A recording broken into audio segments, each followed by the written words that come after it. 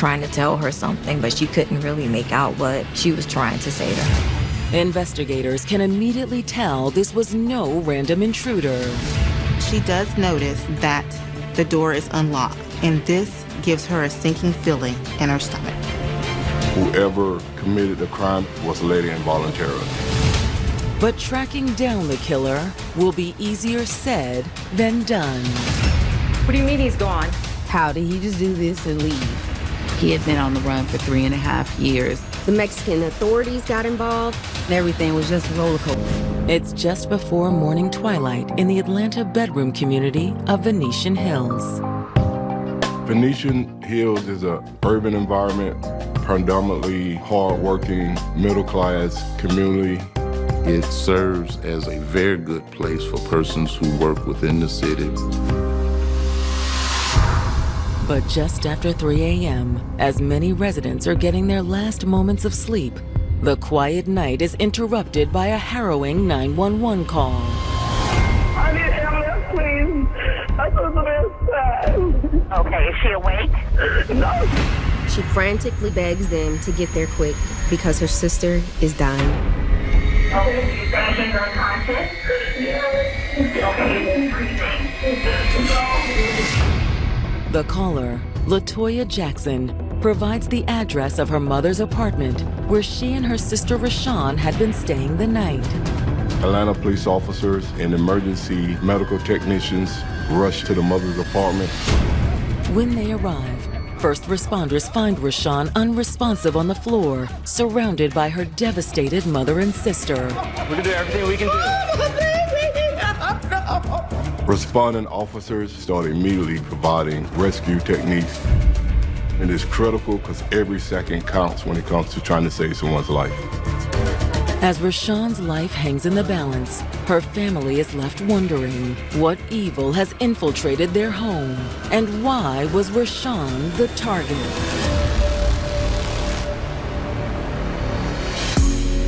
Born and raised in Atlanta, 34-year-old Rashawn Jackson was always known for her kind and generous spirit. People really loved her and gravitated toward her. She was a very devoted daughter, a very loving aunt. She liked going shopping, buying gifts for her nieces and nephews. She loved every last person that she's around. She's just that type of person. Rashawn also understood the value of hard work. She was a manager at a popular Atlanta restaurant. She was a good employee. You know, she would work all the time, very dependable, very trustworthy. The first time I met Rashawn, I just started working at the Chick-fil-A Dorff House, and she was a leader there. She's very outspoken. She loved to teach, so I can go to her about anything. She's very easy to talk to. She was funny at times, and I just loved being around her. Even with all her success, Rashawn dreamed of having someone to share it with. Rashawn was also very optimistic about love. She wanted to find someone that she could share life with. And when Rashawn met a man named Maurice Nesbitt in 2009, it seemed as though she'd finally found her match. Excuse me, how you doing? I know you're not leaving already. They initially met at a club. He approached her. Yeah, I actually got to get up early in the morning for work. So what's your name? It's Rashawn. Rashawn, I'm Maurice. It's nice to meet you. Nice to meet you, too. Rashawn was intrigued by Maurice's bold personality and charming demeanor. On his mother's side, he was Hispanic. His mom still resided in Mexico, and Maurice was actually bilingual. He was good looking, he was charismatic, and she was drawn to all of those things about him. Can I trouble you for one more dance before you do? Okay, just one? Just one. Instead of catching her ride home, Rashawn decided to head back upstairs with Maurice and never looked back. They ended up dancing the night away. After that, Rashawn was smitten. They got to know each other. They started dating. She was drawn to his character, his personality, the way he made her feel. But Maurice wasn't just charming.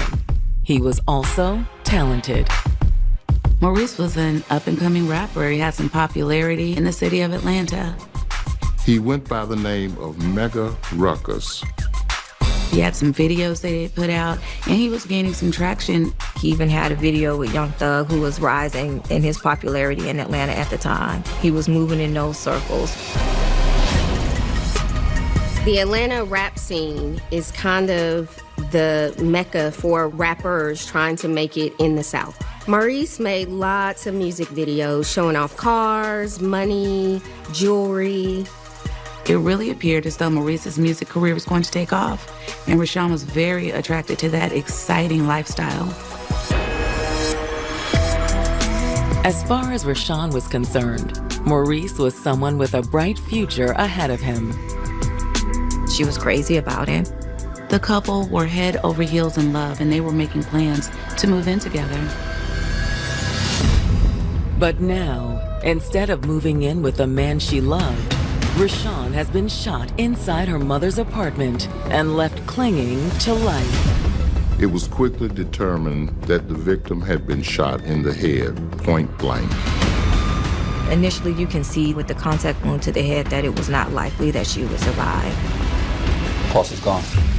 Unfortunately, with all their efforts to save her life, it was too late. Rashawn Jackson is dead.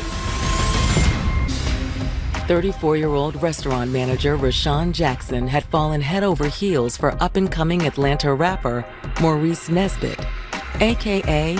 Mega Ruckus. She saw him as someone that she could really spend her life with and have a serious relationship with. She loved his creativity and his passion for his music. It seemed like his career was getting ready to take off. But now, Rashawn is lying in a pool of blood with a fatal gunshot wound.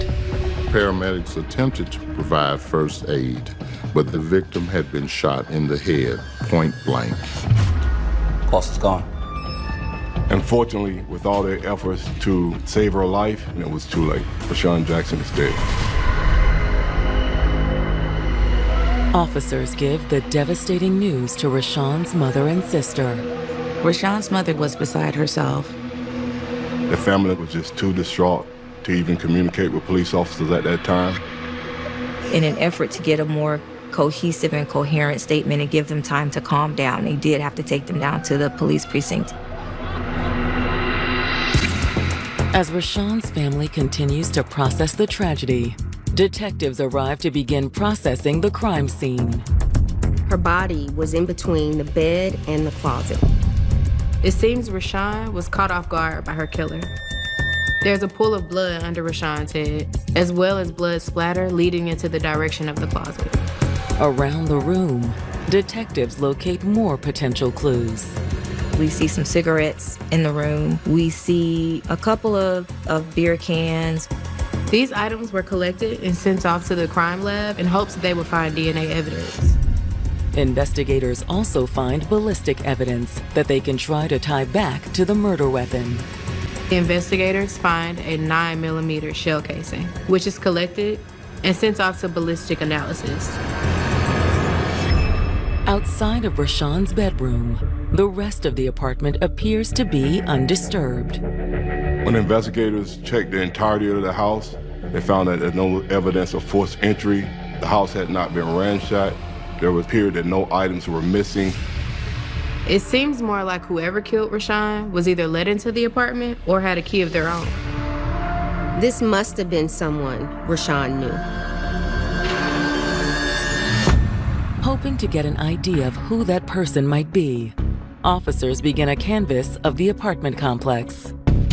Officers began door to door, canvassing the neighborhood. But while several neighbors heard the gunshot, none of them saw the person who fired the gun. Without a visual description, homicide detectives had very little to go on. Until they meet with the apartment complex's leasing manager. Detectives discovered that there are cameras located on the property that could provide some surveillance video. All right. Here's the parking lot just before 3 a.m. He shows detectives the footage, and they can see a white car pulling up around 2:41 a.m. The vehicle parks just a few yards away from the Jacksons' front door. and a shadowy figure exits. You see him get out of his car. You can see him walk in the apartment. For the next few minutes, there's no other activity on the video. He stayed in there for probably 30 minutes to 45 minutes. At that point, he can be seen exiting the apartment, entering his vehicle, and speeding away. As they continue to watch the video, minutes later, they could see emergency vehicles arriving on the scene to attend to Rashawn. Radio, we have a confirmation on suspect vehicles. Detectives believe this is no coincidence. Detectives are certain that this man has to be Rashawn's killer.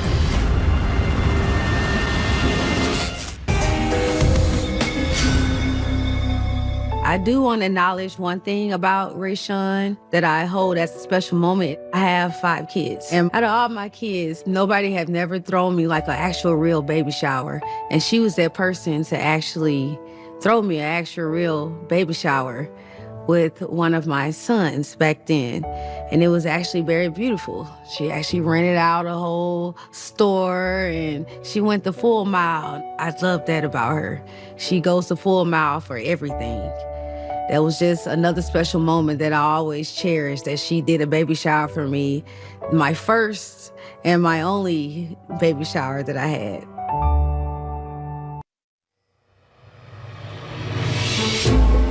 Police in Atlanta, Georgia are investigating the homicide of Rashawn Jackson after the 34-year-old restaurant manager was shot dead in the middle of the night. In this once quiet neighborhood of Venetian Hills, the people are just fearful. If something like this could happen to Rashawn, what about the rest of them? But detectives have a hunch this was a targeted attack. And now they've discovered surveillance video of Rashawn's suspected killer leaving the crime scene. It definitely looked like he was in a hurry to get out of there. While the video is compelling evidence, it's not a slam dunk for investigators. It does not provide a clear view of the suspect's face, nor the tag number on the vehicle. The video surveillance is just too grainy to make out clear details. Still, they radioed to police in the area with a description of the car. The detective issued an all-points bulletin to be on the lookout for that vehicle. The white sedan. News of Rashawn's death soon spreads throughout the greater Atlanta area. When I first heard of Rashawn's passing, I was on my way to work at that moment where we worked together. Once I found out I couldn't work the rest of the day, a few of us couldn't work the rest of the day. So it was, the hardest news. Meanwhile, detectives head back to the station to speak with Rashawn's grieving mother and sister. They start trying to figure out what happened. What did they hear? What did they see? Who could have done this to Rashawn? Rashawn's loved ones are still overwhelmed by everything that's happened. They are absolutely distraught, but they want to see justice served. Detectives start the interview by asking the family members to slowly walk them through everything that happened that night. I'm so sorry for your loss. We're gonna get to the bottom of this. Can you please tell us everything you remember about what happened? Yes, well, it was a normal evening. Rashawn's family tells detectives that yesterday was just like another day. Nothing stuck out of the ordinary about Rashawn's activity or her behavior. They were at her mother's home, and Rashawn had came home from work, and they were all just hanging out for a little while. They all went to bed around 11 p.m. LaToya says she distinctly remembers locking the front door before turning in for the night. She told the police that she locked the door, and she went upstairs and she laid in the bed with her mom and fell asleep.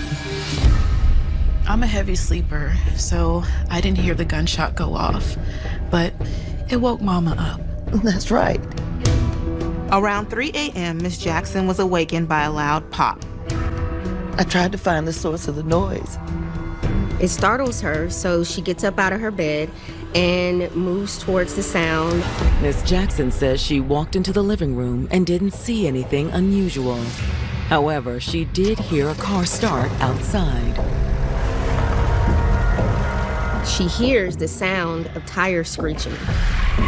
At this point, she looks out the window and doesn't see the car, but she does notice the door is unlocked, and this gives her a sinking feeling in her stomach. Rashawn? Rashawn! Concerned, Rashawn's mother went to check on her. She called out to Rashawn, and there was no answer. When she opened the bedroom door, she saw Rashawn lying on the floor near her closet. She was unsure of what exactly was going on, but as she approached her daughter, she saw the blood. Rashawn! Oh, my baby! Latoya! Rashawn's sister runs in the room. She goes to assist her sister, and her sister's barely breathing. What happened? I don't know! Miss Jackson tells detectives that for a moment, Rashawn was still conscious and trying to say something. Oh, come on, baby. Come on, baby. We're here. She tries to, talk to her, say like, don't die, stay awake. And she says Rashawn is trying to speak to her. She's trying to say something to her, but she can't get the words out. So at this point, Rashawn's sister grabs the phone to dial 911. I need ambulance, please. My sister is sad. Rashawn's mother says she held her daughter in her arms until first responders arrived. She said she was trying to feel for her heartbeat, but by the time paramedics arrived, it was too late. Her daughter basically died in her arms. Did you hear anyone else inside of the home?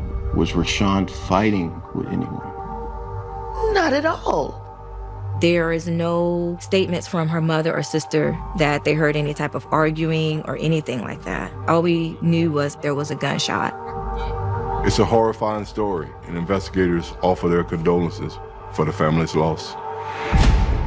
But they also have an important question they're hoping the family will be able to answer. They were asking them who could have done this to her. The two women immediately give the same answer. There's only one person that they could think of. They told him, basically, that the only person that could have done it was Maurice Nesbitt.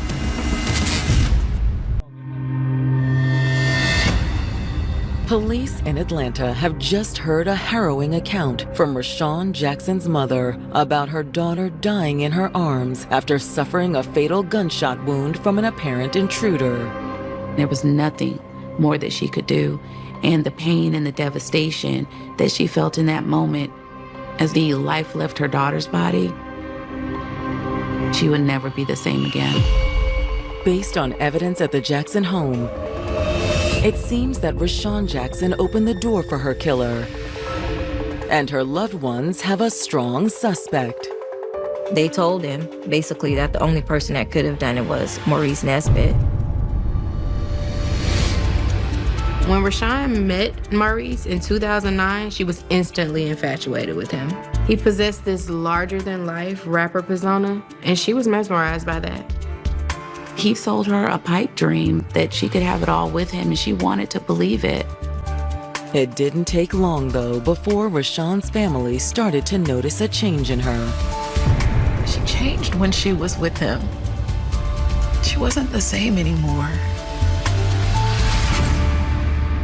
Her mood turned dark, and she began not to be the bubbly person that they knew. And I think that's when her family started to become suspicious of what was happening. I never liked him. Rashawn's mother definitely did not approve of Maurice. When Maurice came around, it was kind of a different energy that did not need to be in her house at that time. Rashawn's mother says when she first heard Maurice rapping under his Mega Ruckus persona, she was shocked by how crude his lyrics were. His songs were about violence, guns, and his lyrics were very demeaning towards women. I expressed my concerns to Rashawn, but she just brushed it off. When he talked to Rashawn about it, she said he only rapped about those things, and that's not who he was in real life. But before long, the family noticed other telltale signs that something was horribly wrong. They began to notice marks on Rashawn's body. And when they asked her about it, she would make excuses as though she fell or bumped into something. And it was unlike her to lie to us, but we could tell that she was covering up for him. They believed that Maurice had begun abusing her. And according to the family, the abuse wasn't only physical. He was taking her hard-earned money from her. I'm gonna need another 1K for this video. Maurice did not have a steady income. He would definitely come to Rayshawn for money if he needed it, whether it be for music or whenever he asked for it. Rayshawn was being used. Baby, are you sure? I mean, we've already spent a lot. I know, baby, but I promise when this video pop off, it's gonna make a difference for the both of us. He made promises to Rashawn. You know, he promised her that they would move in together, that they would be a family, and she took those to heart. And she would actually give him some of her checks in an effort to show him how much she loved him. Thank you, baby. This new video gonna be fire. Well, you know I'm your biggest fan. I only heard maybe 1 or 2 songs. They were not hit makers to me. I think he was making his life or trying to appear more grandiose than it actually was. No one was really buying what he was selling, so his career didn't take off. We tried to convince Rashawn that she deserved better and that she needed to dump him. They started to tell her, like, hey, maybe he's not this great guy that you think he is, and you should probably separate from him. Eventually, she started to listen to us. After time, Rashawn began to understand that the abuse was occurring, and she decided that she would not continue it. Finally, in May 2014, after almost 6 years of dating, Rashawn worked up the courage to break up with Maurice. She told Maurice that she was tired of being used and abused by him. But she was still afraid of him. That's why she moved in with me. To escape his reach and access, she moved back in with her mother. He was still trying to harass her on the phone. She didn't have no contact at all, but it was ways Maurice found her. That was what she would say, he would find me. They had been apart for probably about 2 weeks, 3 weeks, when, you know, he didn't stop calling, didn't stop trying to text her, but she was separating herself from him, just going to work and just trying to get things back to normal. I think that's why he came to the house last night, to confront her in person. Based on what they're hearing, detectives agree that Maurice is a probable suspect. They just have one more question for Rashawn's loved ones. Do you know what kind of car Maurice drives? Yes, a white sedan. The suspect from their surveillance footage was also driving a white sedan. That's him. That's definitely him.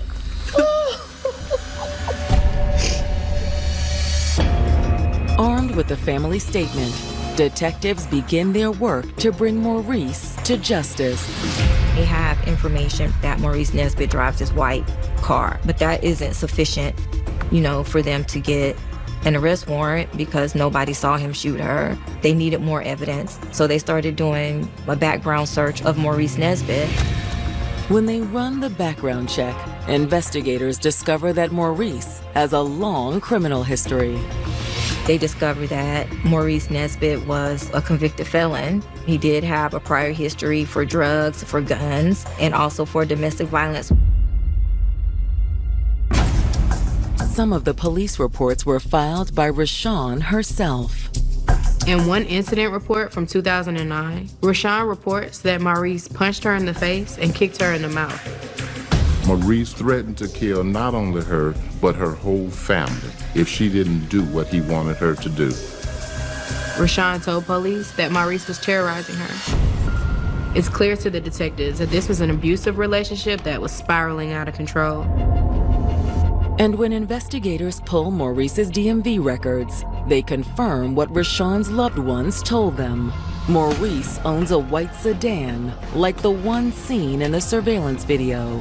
The car description from the DMV records matched the car that was on the crime scene the night of Rashawn's murder. But the DMV records aren't the only proof the car belongs to Maurice. They ended up finding one of his rap videos on YouTube. In the video, while he's rapping and stuff, he has this white car in the background. For the police, this is a clear sign that they're on to the right track. Detectives needed to speak with Maurice Nesbitt immediately.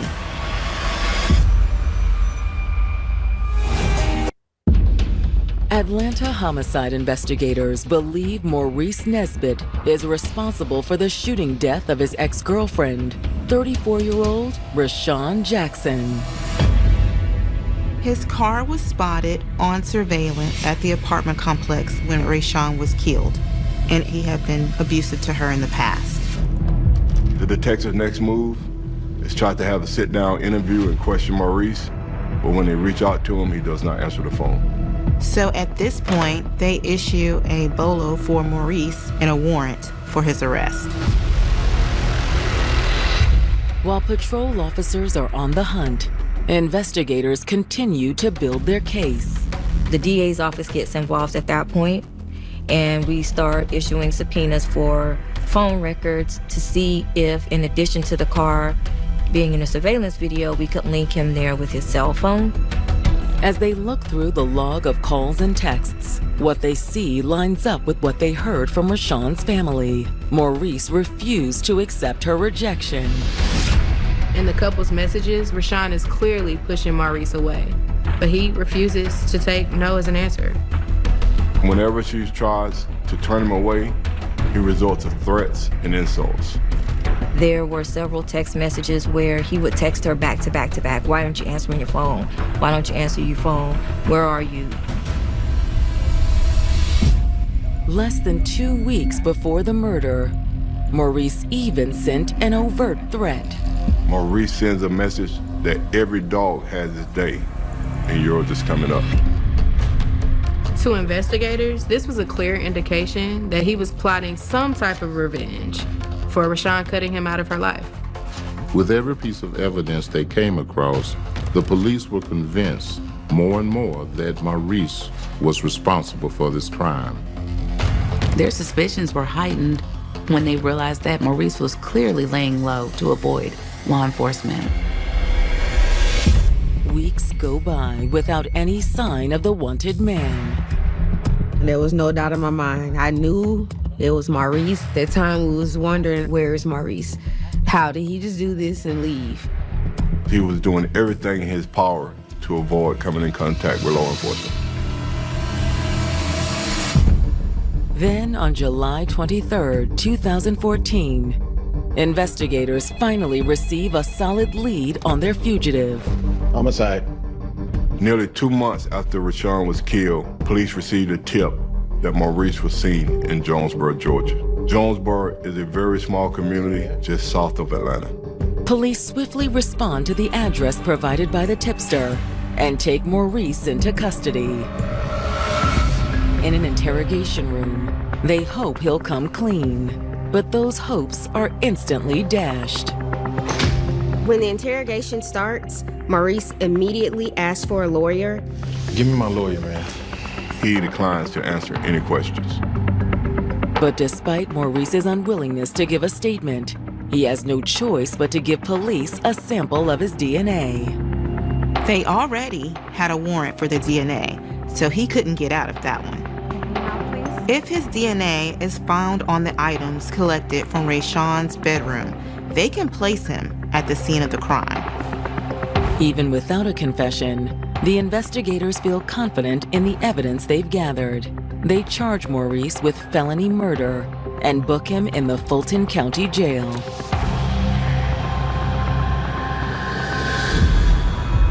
When Rashawn's family gets the information that Maurice had been arrested, they are relieved that he is finally behind bars.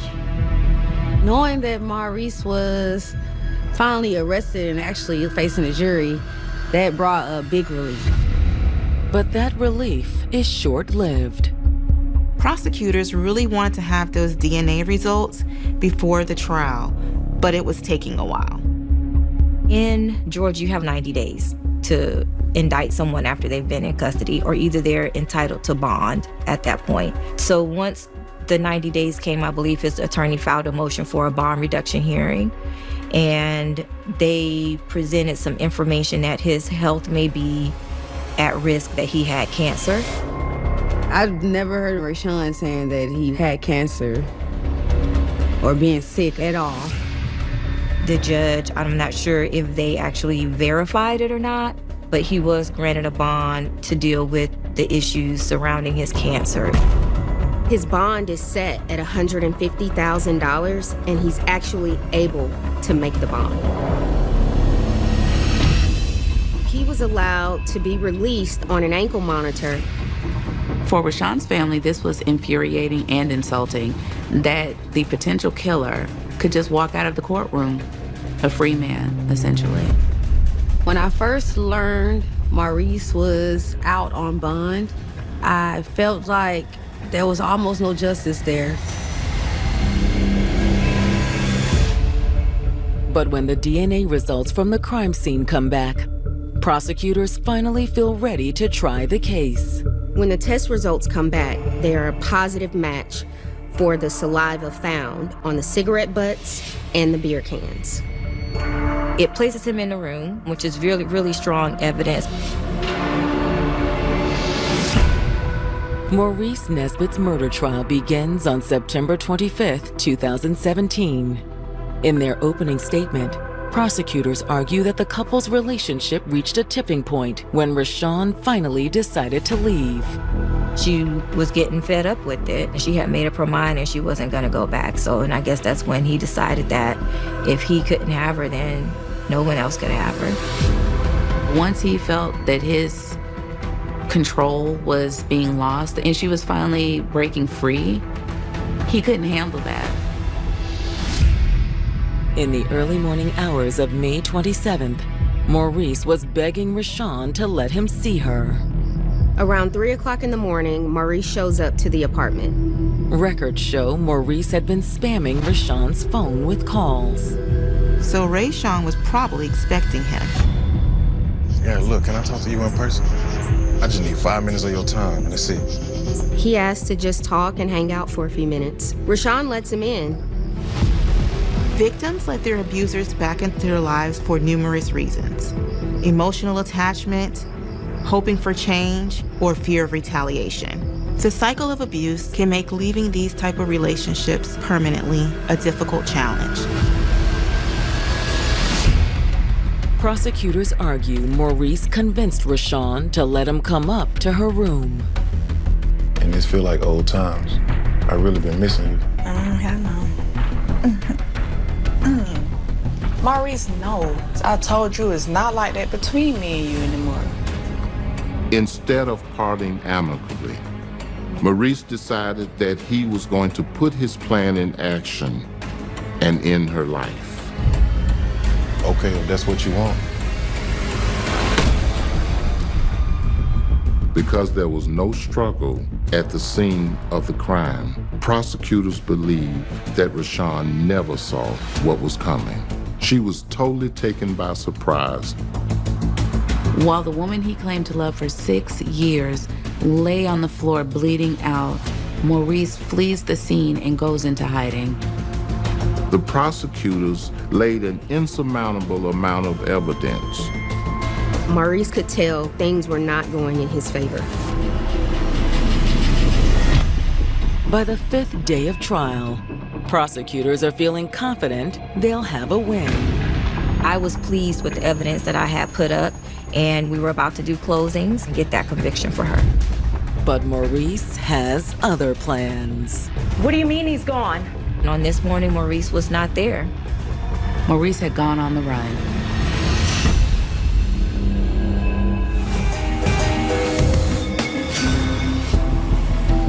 Atlanta prosecutors are 5 days into the trial of aspiring rapper Maurice Nesbitt for the murder of his girlfriend of 6 years, Rashawn Jackson.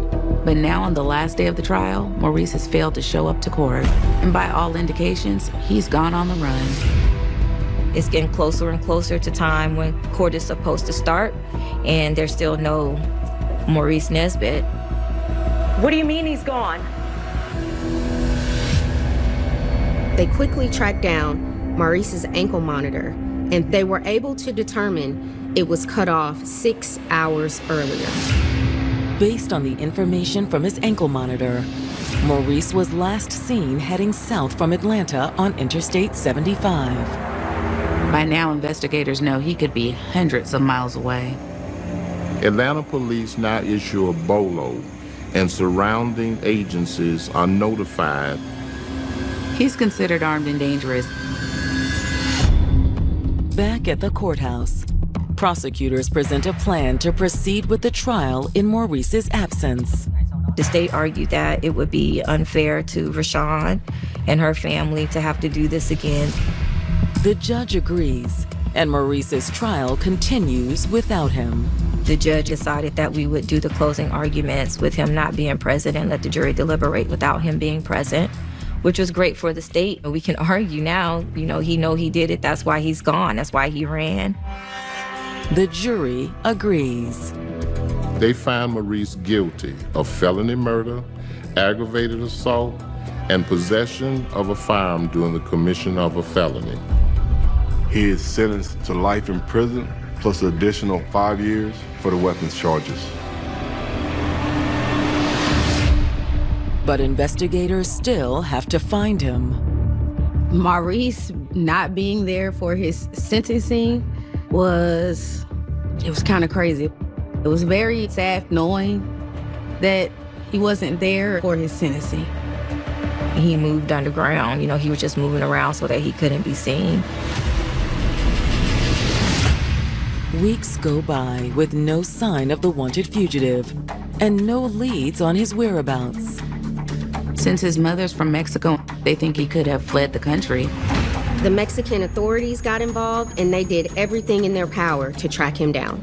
Unfortunately, there were never any solid leads. Weeks turn into months, and months turn into years with no sign of Maurice.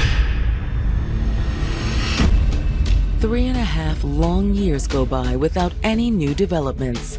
But that changes on April 12, 2021, when the case receives renewed national attention. The story is featured on In Pursuit with John Walsh and America's Most Wanted. The tactic pays off. Someone watching the show recognized him as their roommate and called the police to have him arrested. The anonymous tipster says that Maurice is living under an assumed identity in Birmingham, Alabama. They actually give the police the exact address where Maurice is hiding out. On April 19th, police finally arrest Maurice Nesbitt again. And this time, they aren't letting him go. Maurice is extradited back to Georgia, where he finally begins to serve the prison sentence the jury handed to him. The same judge that tried the case sentenced him formally to the life plus 5 years, and he's been in custody ever since. That brings great big relief. I'm pretty sure in the family's life and mine and everybody that was close to her, it brought big relief. It was definitely closure for a lot of people. For any woman that is in a situation like Rashawn was in, there are resources to help you get out of that situation before he ends up harming you too bad or taking your life. And I mean, if the writings are on the wall, listen to your instincts and just go. With Rashawn not being here, the world, I would say, has lost a very bright, outgoing, funny, caring, loving person. Abuse is never okay. If you or someone you love is in an abusive relationship, there is help available. Call the Domestic Violence Hotline at 1-800-799-SAFE.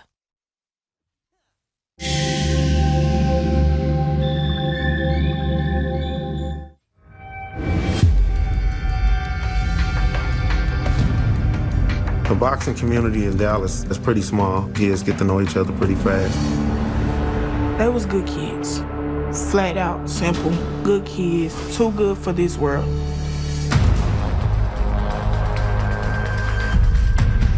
Police received calls about shots fired. Officers get to the park. A lot of people are scattering. There is a young man lying on the ground with a bullet wound to his head.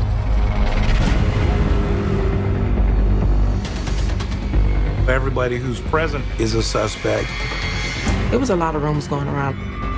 Obviously, there was conversations trying to devise a plan to get revenge. They took their room. Prison nurse Jennifer Hyatt finally finds true love in a man behind bars. Their eyes met, and she said, "I'm in love." George had a very long and violent criminal history, but there was something exciting in him, and Jennifer fell under his spell. Good morning, my baby doll. Good morning, baby. And when the system tries to keep them apart, she is willing to break all the rules to be with her man. George yells, "Shoot, shoot," and Jennifer begins firing. Anything for them to be together, she was gonna do. Even kill for him. Go! And later, after a difficult childhood on the streets of Chicago, Latasha Pulliam meets a man who fulfills her dark desires. It's an unfortunate union. It appeared that Latasha and Dwight were using each other for benefits. It was a case of torture and murder. She was willing to go the extra mile for him and do whatever she needed to do, even kill. There are hundreds of thousands of women in prison at any given time in the U.S. These are the true stories of women who committed heinous crimes in the name of love. For my man. From an early age, West Jordan, Utah native Jennifer Forsythe dreamed about falling in love and having the perfect relationship until she saw her own parents' union crumble. Her parents divorced very early, and in many ways, she felt that perhaps it was her fault. We see this with many children. They blame themselves. It also causes self-esteem and self-worth issues. Those feelings continue into her teen years as she goes from one dead-end relationship to another, consistently mending a broken heart. Jennifer was drawn to men who would exert control. There were patterns of abuse, both physical abuse, sexual abuse, mixed in with bouts of substance abuse and alcohol abuse. Every relationship she had was set up for failure. As she hits her 20s, she finds comfort working as a nurse's aide at a local hospital. But the joy she feels from helping others isn't enough to fill the hole in her heart. Jennifer needed a man in order to give her a feeling of self-worth. By herself, she did not feel that she was worth much. She gives marriage a shot, twice, but it isn't long before she finds herself in the singles club again. Jennifer was very naive and very easily manipulated. I think maybe she was lonely at that point in her life. So that winter, after visiting friends in Tennessee, the 31-year-old decides a change is in order. She pulls up stakes and makes the 1,500-mile move from West Jordan, Utah to Dyersburg, Tennessee, 3 hours west of Nashville. That's like a breath of fresh air. This change of scenery was a way for her to erase her very negative past and now have a better future, especially when it came to being in a relationship with a man. Right away, Jennifer focuses on her career and soon gets her nursing license. Her first job is at the Northwest Correctional Complex in Tiptonville, Tennessee, but she's not worried. The Northwest Correctional Complex was a very low security type of prison. It's more about rehabilitation. This is not a scary place at all for Jennifer to work, but maybe even a very hopeful place. There, she enjoys administering medications and overseeing many of the inmates' health issues. It's the last place she expects to find love. Then, just 2 weeks into the job, Jennifer's heart almost skips a beat when 33-year-old inmate George Hyatt is assigned to clean up the clinic where she spends most of her time. George was a good-looking young man who was fit, who was charismatic, When she first saw George, their eyes locked across the room, and she knew that they were going to be together. So desperate for love, she ignores the fact that he's only served 2 years of a 35-year sentence for a series of crimes going back more than 15 years. Anybody who's committed 2 aggravated robberies, multiple burglaries, and escape, by definition, they're a dangerous person, not someone you'd take to Sunday dinner. But she doesn't care, especially when he gives her constant praise, telling her how beautiful she is. He knew what to say to make her feel good, to appreciate it, make her feel wanted. You know, had her thinking, hey, this guy's a good guy, even though he's in prison. When George and Jennifer met, they were actually able to feed into each other's needs. George was extremely lonely for female company, and she had had all of these negative experiences in love. Here finally was someone who was willing to shower her with attention.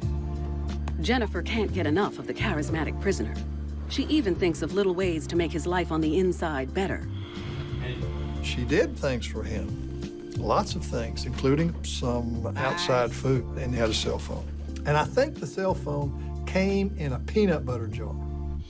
She put her career on the line by kissing George, by holding hands with him, by being inseparable. She lost all focus. She lost all perspective. It was about this love affair that she was having. She didn't care about the consequences. She hadn't had the job very long, and she was already willing to break the rules. That just shows how hard that Jennifer was falling for George, that she was willing to put her job on the line to try and take care of him or to bring him the things that he wanted. Soon, the two profess their love to each other, and Jennifer has never felt so complete. I love you too. She was deeply, madly in love with George. He makes me feel good. He makes me feel wanted. And I think maybe George had some love for her. But I also think George loved what she could do for him. Unfortunately, their love affair is about to hit a serious stumbling block when she sneaks in something else for her man. Jennifer had smuggled in food, shrimp, to George. She was caught in the prison with that, and it was contraband, and she was immediately fired for that infraction. But the lovelorn nurse is not about to give up her soulmate. And when it seems like the entire world's trying to keep these lovers apart, they'll risk everything to be together. She was willing to do anything for George, maybe even die for him. She was under his spell, no question about it.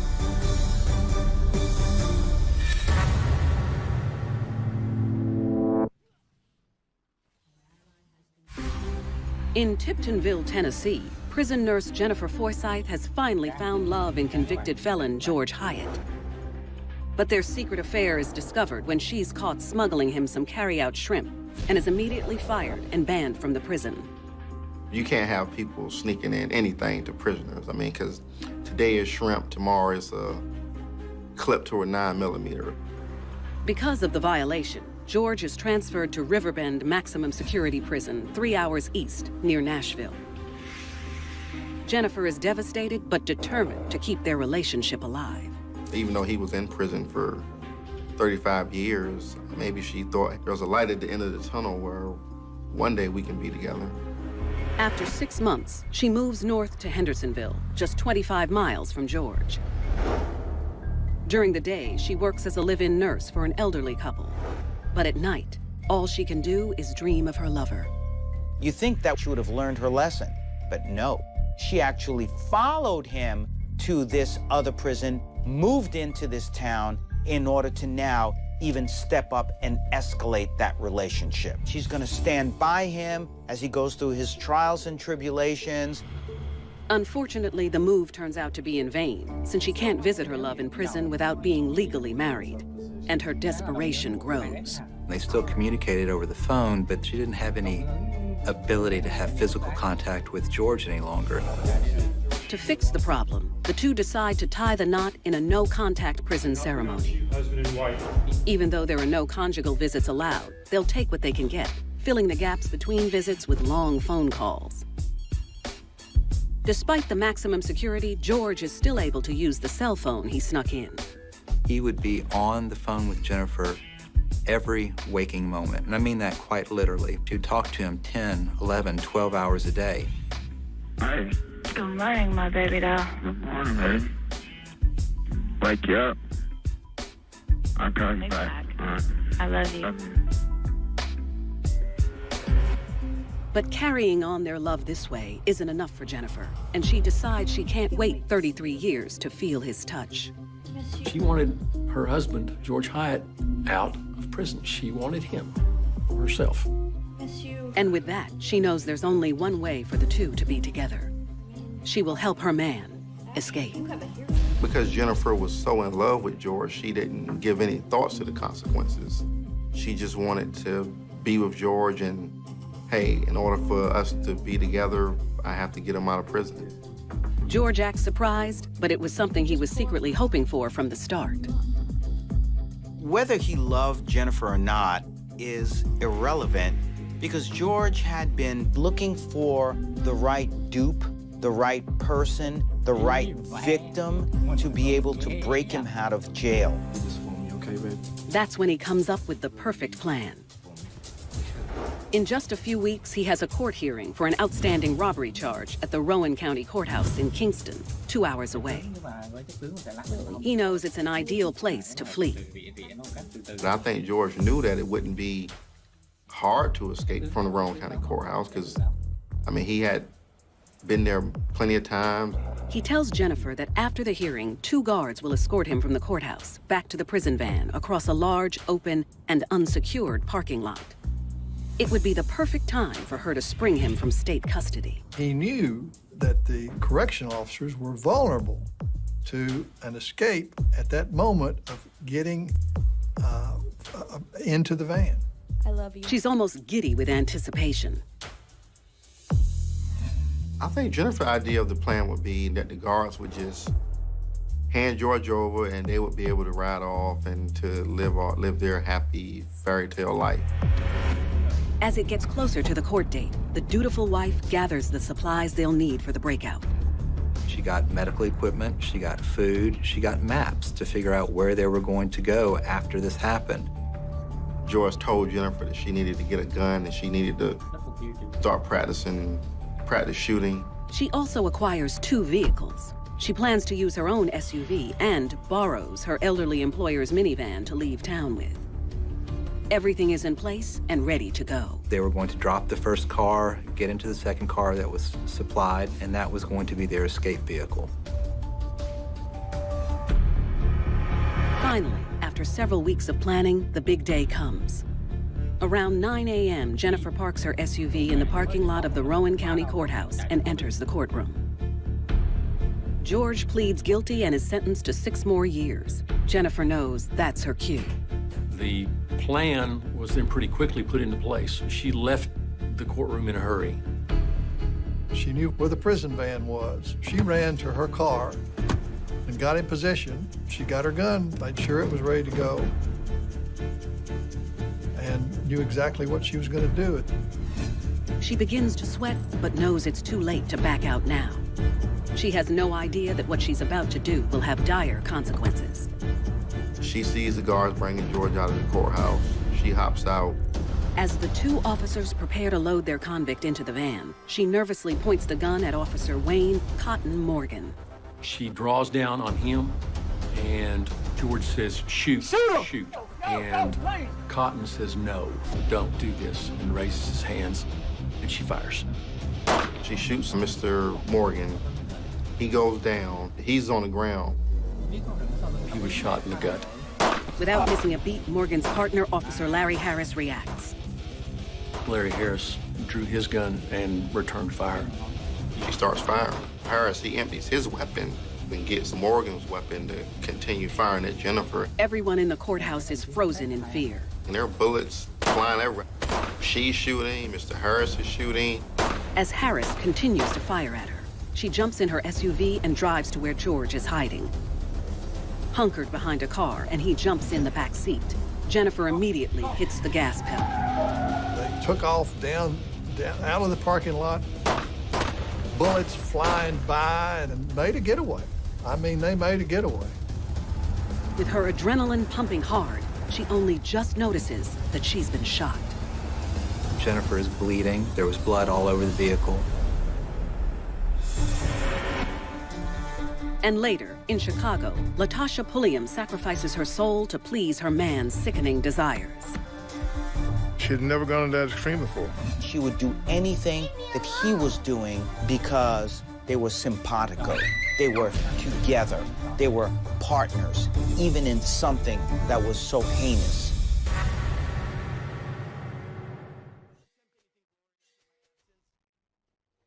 Shoot him! After shooting a prison guard and freeing her husband of 3 months from incarceration in Roane County, Tennessee, Jennifer Hyatt realizes she's been shot twice.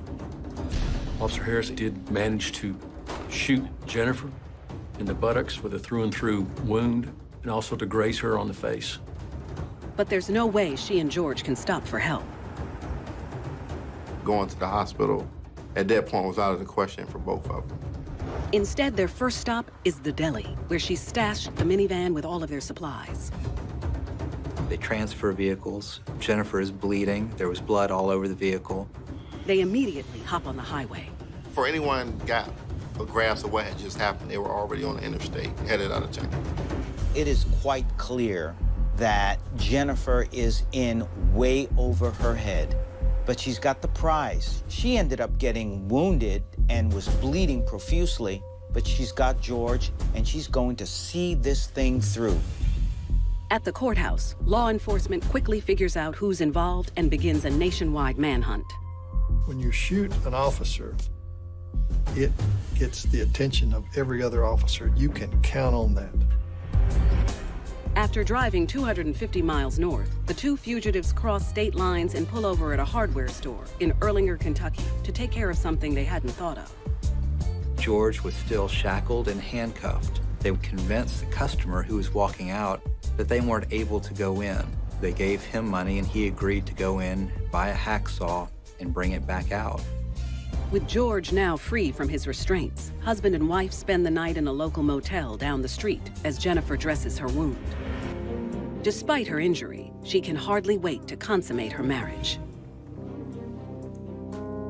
Jennifer was in a romantic fog. Even though she had been shot, even though law enforcement were hot on their heels, she still believed that these days, these hours that they were together was the culmination of everything that she had ever lived for. Until she turns on the news and learns that Officer Morgan lost his life in the gun battle. It was at this point that she knew how dangerous and crazy this thing really was, because the person she didn't even intend to shoot was dead, and that her paradise was going to come to a crashing end. This is the first moment when she really started realizing the severity of her actions. This young woman, without a criminal record, has just become a fugitive of the law. And even worse, a murderer. The next morning, with police closing in, the couple throws the gun and George's prison jumpsuit in the hotel dumpster and ditches their minivan. They decide on a different mode of transportation. They had convinced a cab driver to take them from Kentucky to a hotel in Columbus, Ohio. And he wasn't aware about who the two people were. Now 10 hours north of the courthouse, the couple settles in for the night. But their happiness will be short-lived. The cab driver drives away thinking, are these the two people that I've been hearing about on the news? It clicks in his head, and then he contacts the authorities. The next morning, U.S. Marshals surround the Hyatt's hotel and make their presence known by calling their room and warning them to surrender. Surprisingly, the two give up without a fight. I can't help but believe that part of the reason is because of her injury. Jennifer is barely recognizable after dyeing her hair the night before. Extradited back to Tennessee, they both risk going to trial for multiple charges, including first-degree murder. But she is still in her romantic fog. While awaiting her court date in a cold cell, she finds comfort reminiscing about the few days she was with her husband and writes about their adventures together. She was kind of referring to her and George as this modern-day Bonnie and Clyde. This was a woman who was in complete denial and was delusional regarding what was happening in her life at that point. She chose to focus all of her thoughts, all of her energy on George in those brief moments that they had together. She continued to describe those 2 or 3 days that they had together as the best time of her life. After being separated from George for months, his hold on her finally weakens. Just before her trial, she files to end her 3-month marriage. I think it took a good year for her to begin to come around, to realize that George had duped her. And as much in love as she was with George Hyatt, she then flipped and despised him. A year later, Jennifer Hyatt pleads guilty to first-degree murder, attempted first-degree murder, and facilitation of an escape in exchange for testifying against her husband. She's sentenced to life in prison without the possibility of parole and apologizes to Morgan's family for her actions. It was very emotional that day when she pled guilty, and she did express some remorse for what she had done. Knowing his wife is going to testify against him, George Hyatt also pleads guilty to first-degree murder, attempted first-degree murder, and felony escape. He receives life without parole. Jennifer is now living in the Tennessee Prison for Women in Nashville. She has the rest of her life to think about how love led her astray. There's no reason in the world she would have done all the things she did, have thrown away all the things she threw away if she didn't actually love George. The irony of all of this is that this romance started in jail, and now she's going to have to spend the rest of her life in jail. She was so in love with George and the excitement that that relationship brought that she was willing to sacrifice everything. He led her down the primrose path and ruined her life. Of course, she was a willing participant. Without George Hyatt, Jennifer Hyatt would never have committed this crime. Love drives people to do things that often get them in trouble.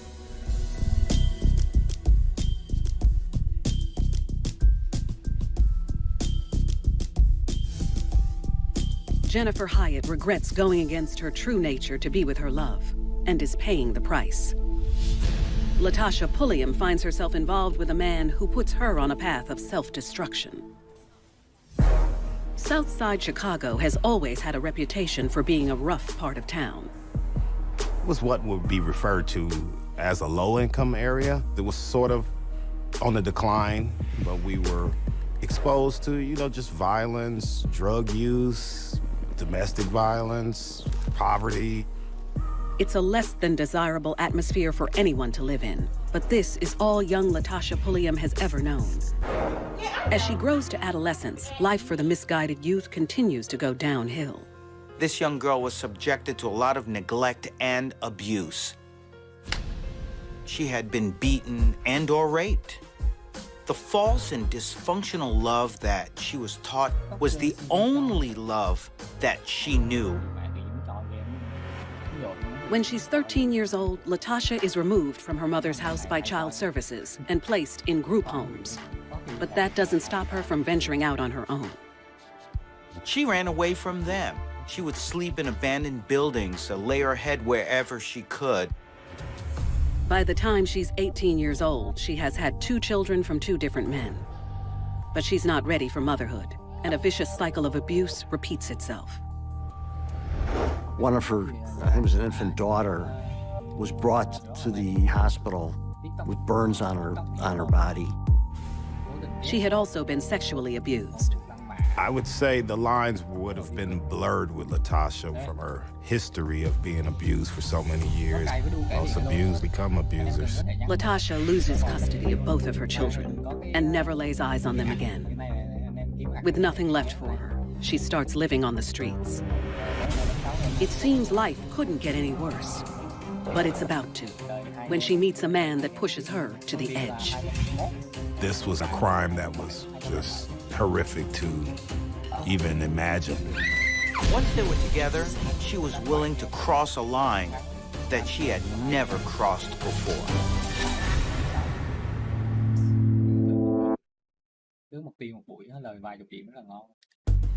In Southside Chicago, growing up in a physically and sexually abusive environment has taken its toll on 18-year-old Latasha Pulliam, resulting in her losing custody of 2 children and becoming homeless.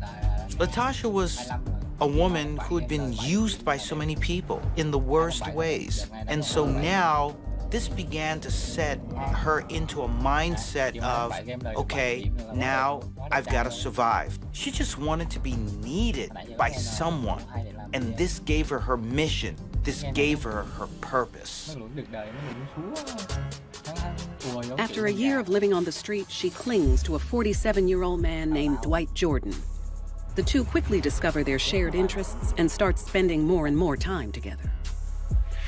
It was an unfortunate union.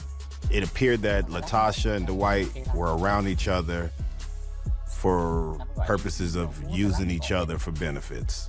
I believe they loved drugs and were connected to one another in the pursuit of drugs. Latasha was drawn to Dwight because he was the father figure that she had not had in her life. Dwight found this young woman who can bring him drugs. But more than anything, they were both lonely. And this is the classic case of where misery loves company. They eventually find a home together in an abandoned apartment building on Eberhard Street and consider themselves lucky. Prior to them moving in there were families in there, but yeah, it was a recently abandoned. So it had power, water for maybe the first 6 months that they lived there. The pair keep to themselves mostly, but are seen around the neighborhood from time to time. Dwight always appeared to kind of be an angry man to me. And Latasha would walk by, look at us and give us a wave and walk in the house. You figured they were on their luck, and that's why they were staying in there for a moment.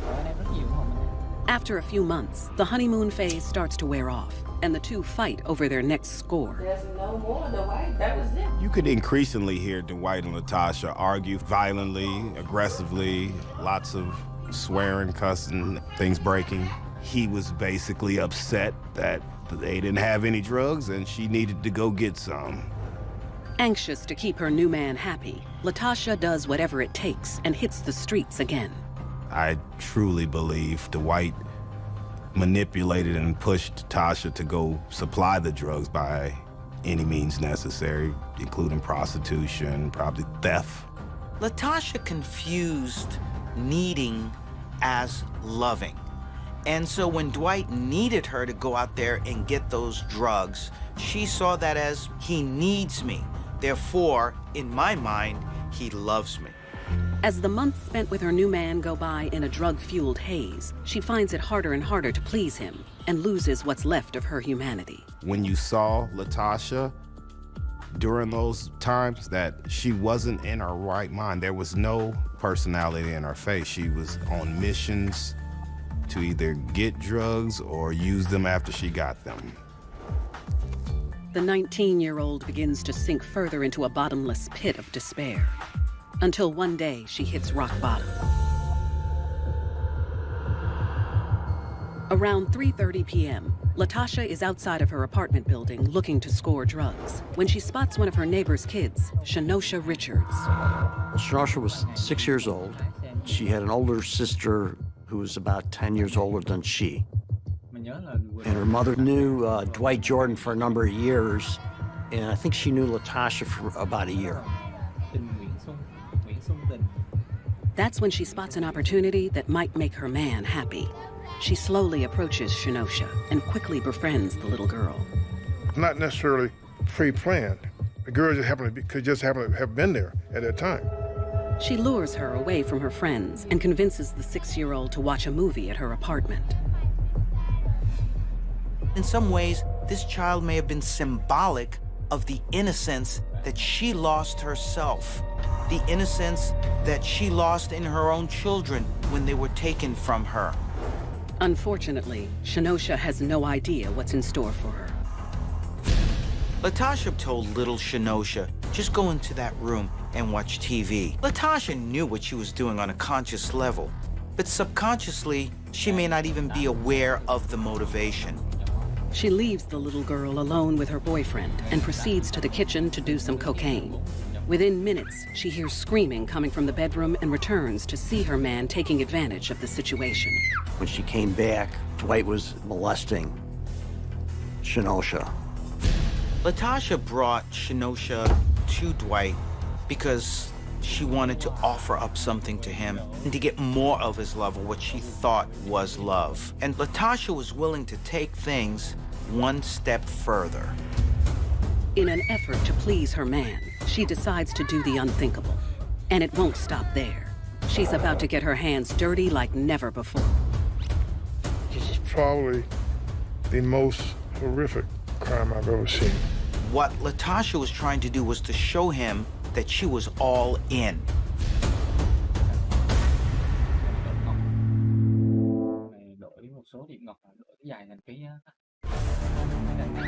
In Chicago, Latasha Pulliam joins her boyfriend Dwight Jordan in molesting 6-year-old Shenosha Richards.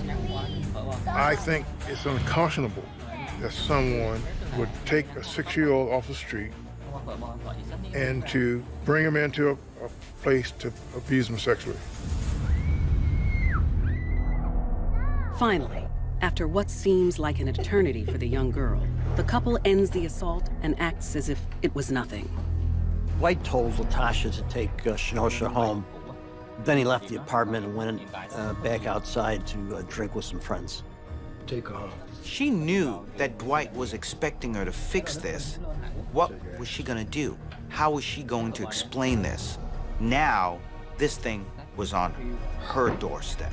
She could identify both her and Dwight. Then Shenosha says something that will be her ultimate undoing. Shenosha said, "Do you know I love you, Latasha? And the only person I gotta tell is my mother." I won't tell anyone except Mom. Knowing that Shenosha can identify the two of them, Latasha needs to think fast to protect herself and Dwight. She decided that it was safer or beneficial for them to try to silence her. The only option was to try to kill her. Determined to make her man proud, she grabs the closest weapon she can find. Latasha got a TV cord around Shenosha's neck and strangles Shenosha. And to make sure the little girl can never rat her tormentors out, she finishes the job. She had a hammer, so she bludgeoned her to death. It's probably the most horrific crime I've ever seen. For me personally, disbelief, astonishment, shock, and sorrow. Her life had been destroyed when she was just a child.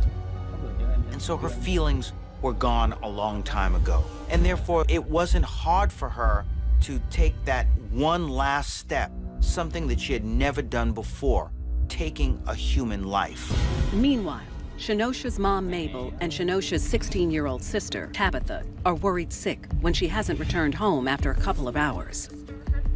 Her older sister, she went looking for her, and someone told her they had seen Shenosha go into this building with Natasha. She was walking around and she runs into Dwight. So as not to raise suspicion, he takes her to the apartment. Tabitha knocks. A few moments go by. Inside, she hears someone at her door and knows she can't leave Shenosha's body laying out. So in a panic, she looks for a place to stash her. Latasha put Shenosha in the garbage can to hide her. She answers the door, trying to remain calm, and sees Dwight and Shenosha's sister standing there. Is Shenosha here? No. Tabitha asks where her sister is, but Latasha immediately comes up with a lie. Latasha gave some story about Shenosha leaving the area with somebody else. Tabitha heads back to tell her mom, while Latasha breaks the news of Shenosha's demise to Dwight.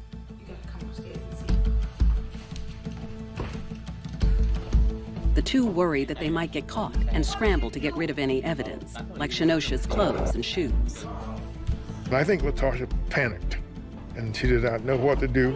Unaware of what's going on, some neighbors happen to be talking outside of her apartment when they see her open her upstairs bedroom window. Latasha looked out at us and then dropped a small pair of black shoes.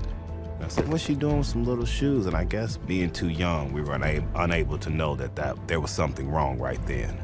It was just the crazy people that live in that building.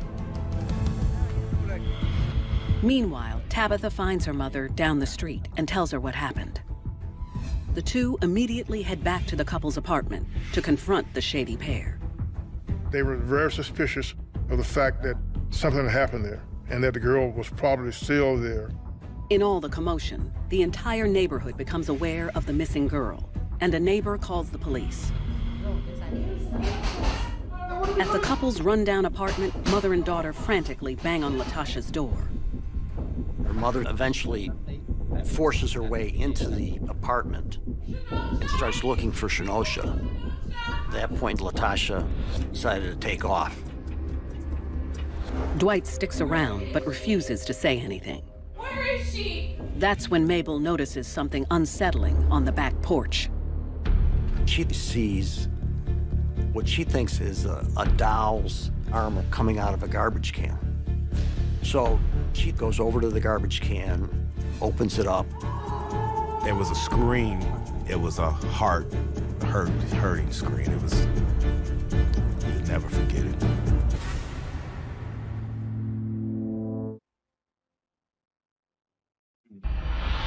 Mabel Brockman experiences her worst nightmare in Chicago when she opens up the garbage can of her neighbor Latasha Pulliam and her boyfriend Dwight Jordan. She's the one who sees an arm sticking out of a garbage can and looks in the garbage can and finds her daughter, and she's not breathing.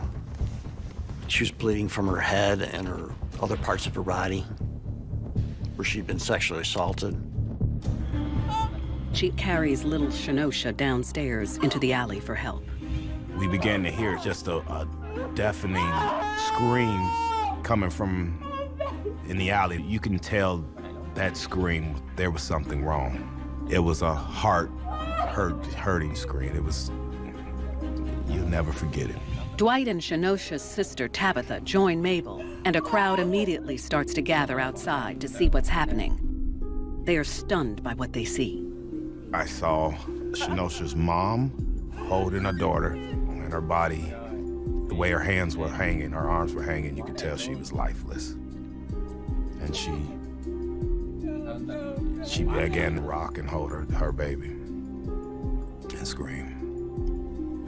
No mother should have to go through the experience that she went through. Meanwhile, during the chaos, Dwight is able to sneak away and blend into the crowd. The police were there pretty quickly, and a police car took Shenosha to the hospital where they tried to revive her.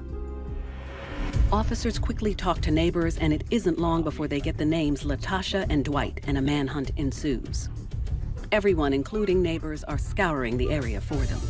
Latasha ran to another apartment in the same building complex. And when she heard the cops coming, she knew that she had to make a run for it. She was now in survival mode. Suddenly, some men hear glass breaking. They look down the alleyway and see Latasha trying to escape. She looks directly at us. There was no mistaking of who she was. And then she just turned around and she began to run. And that's when the chase began.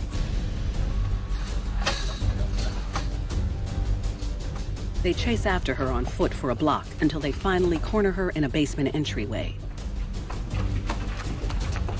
She doesn't put up a fight as she's immediately arrested. Meanwhile, Dwight's hiding spot is exposed when a neighbor points him out to an officer. The policeman found him in a crowd of people outside, asked him to come down to the police station because he was a witness, potential witness. When police question him, he reluctantly admits that he took part in the rape of Shenosha Richards, but puts most of the blame on his partner in crime. I think Dwight wasn't given the full explanation of what his participation was. He minimized his participation. While Latasha and Dwight are being booked, Mabel and Tabitha are at the hospital, praying that Shenosha will recover. They tried to revive Shenosha at the hospital, but they were unsuccessful. Realizing there's too much evidence against her, she admits to sexually assaulting Shenosha with her boyfriend and then taking matters into her own hands. Latasha knew what she had done was just incredibly wrong. And she wasn't gonna get away with it. There was nowhere to hide, so she had to fess up once and for all. Even though she confesses, Latasha goes to trial, And just 2 days later, she is found guilty of aggravated unlawful restraint, kidnapping, criminal sexual assault, and murder. Her boyfriend has his trial simultaneously. We prosecuted him on a theory of accountability.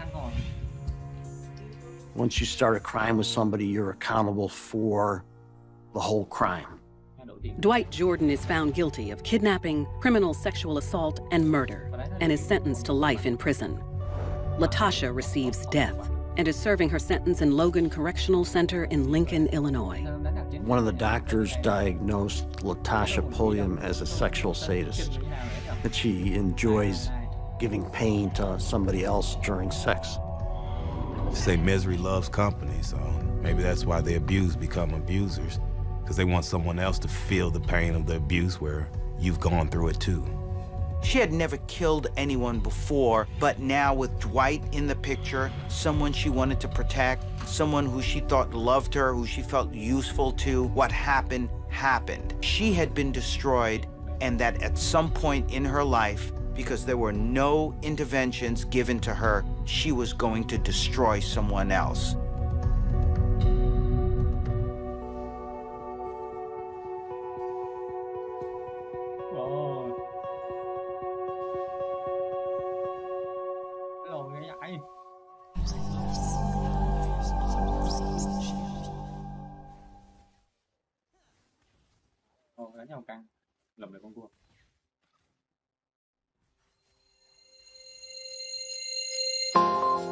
In Texas, 16-year-old Takesha Gilmer is looking for a place to call home when she falls for an older man who's more than willing to take her in. She looked up to him almost as a father figure. Feeling indebted, she willingly helps her lover in his new lucrative enterprise, only to wind up at the center of one of the most horrendous mass murders the area has ever seen. Let's go! I don't think Takesha ever expected that there would be 4 dead people at the end of that day. She cared for him and loved him. That's what empowered her to do what she did. And later, in Louisiana, finding the perfect man to satisfy her dark desires seemed unlikely for Brandy Holmes, until she bumped into her ideal male equivalent. Robert was kind of her kindred spirit, and they ended up kind of moving really quickly in this love relationship. So when he decides to put his girl to the test, she can't wait to show him what she's made of. This was an opportunity to sort of take it to another level. She was happy, willing, and able to follow them into the pits of hell if it need be. There are hundreds of thousands of women in prison at any given time in the U.S. These are the true stories of women who committed heinous crimes in the name of love. For my man. Young Takesha Gilmer knows the side streets of Houston, Texas like the back of her hand after being kicked out of her mother's home at age 16. Takesha had a pretty tragic upbringing. She was not close to her family at all. She spent a lot of time on the streets wandering. After several months of bunking with various men and several female friends, the quiet drifter is looking for all the free handouts she can get. Takesha is wandering the street, and a man drives up to her and asks her if she wants him to give her a ride. And Takesha took him up on his offer. Takesha had no real love from her parents early in her life. So this is a young woman who was looking for love in all the wrong places, on her own, needed someone to take care of her. As the two chit-chat, Takesha learns his name is Darrell Bellard, a 41-year-old Navy veteran who lives in nearby Dickerson. He was really just a sad sack. When you're just looking at his face, there was something off about his eyes. He had been shot during an armed robbery where he was the victim, and this left him with a colostomy bag. Darrell explains that he gets a disability check for his condition, which has left him unable to maintain his house. And although he's only known Takesha a few minutes, he's hoping she'll be interested in lending a hand. Takesha thought that in exchange for cooking for him, cleaning, running errands, and stuff like that, she would just have a roof over her head. He had a car, he had a house, he had money, he had food, and he had all of the security that she was not receiving from her mother. Despite his scruffy appearance, Takesha's tired of living on the streets and jumps at his proposal. She just believed that Daryl was being kind to her out of a sense of goodwill. She looked up to him almost as a father figure. Takesha finally had someone who could take care of her basic physical, mental, emotional needs. He offered her a home, offered her a safe and warm environment. But it doesn't take long for their arrangement to become a May-December romance. They're in the house together all the time, living day-to-day life together, and not only did they begin to get intimate physically, but Takesha really loved him. Whether it was true love or a love born out of the relationship, the caretaking that Daryl gave to her, even just the stability. It's not hard to understand why Takesha loved Daryl. But things get more permanent when just a few months later, the teen finds out she's pregnant with her older man's child. Unfortunately, with another mouth to feed on the way and no prospects of finding a job due to her lack of education, Takesha is worried about what will become of their makeshift family. So when an unexpected job opportunity falls in Daryl's lap, he's excited by the chance to make some fast cash. One of Daryl's friends approached him and asked if he was interested in running marijuana, which was something Daryl could do even with his disability. How much? They would run it down through the southern part of the United States and up the eastern coast. Even though she's expecting, Daryl doesn't think twice about asking Takesha to tag along, telling her the payoff will be an easy 6 figures. And it's an offer she can't refuse. Takesha and Daryl would load up his car, and during these trips, they were transporting 20 to 25 pounds of marijuana. In a lot of ways, Takesha was the perfect cover. She was expecting. No one is really going to suspect a man who's traveling with his pregnant significant other of too much. Takesha went along with everything. All along, I believe she understood the magnitude of what she was doing, but I don't think she understood completely how bad this was. Then, that fall, the duo takes a short break from their drug runs when 17-year-old Takesha gives birth to a beautiful baby boy. But Daryl isn't thinking about changing diapers. He's already focused on the future. He realized at some point the child was going to grow up and their needs were going to grow, and he needed to make some bigger moves. So he calls in his brother, a fellow dealer in Lanham, Maryland, and quickly gets a lead on something that will set his family up for life. He says he already has plenty of business on his own, but suggests Daryl reach out to his sister-in-law, Dawn Brooks, who has a wealth of connections on the East Coast. Dawn's role, once Daryl arrived with the drugs in Maryland, was to find people to sell it to. Maryland, of course, is a great place for him because he really has no footprint here. Daryl immediately contacts his regular distributor and obtains nearly 60 pounds of pot for his business venture. Daryl wasn't going to be a street-level, dime bag, $20 a pop dealer. He stands to make $30,000 or $40,000 by unloading this marijuana.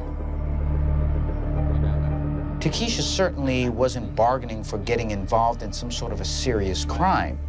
Her real need was to take care of her child and to take care of her man. But the new mom has no idea her decision to tag along will land them both in the middle of a bloodbath. Takesha might not have been prepared to kill on demand, but if he wanted her to, she would not hesitate.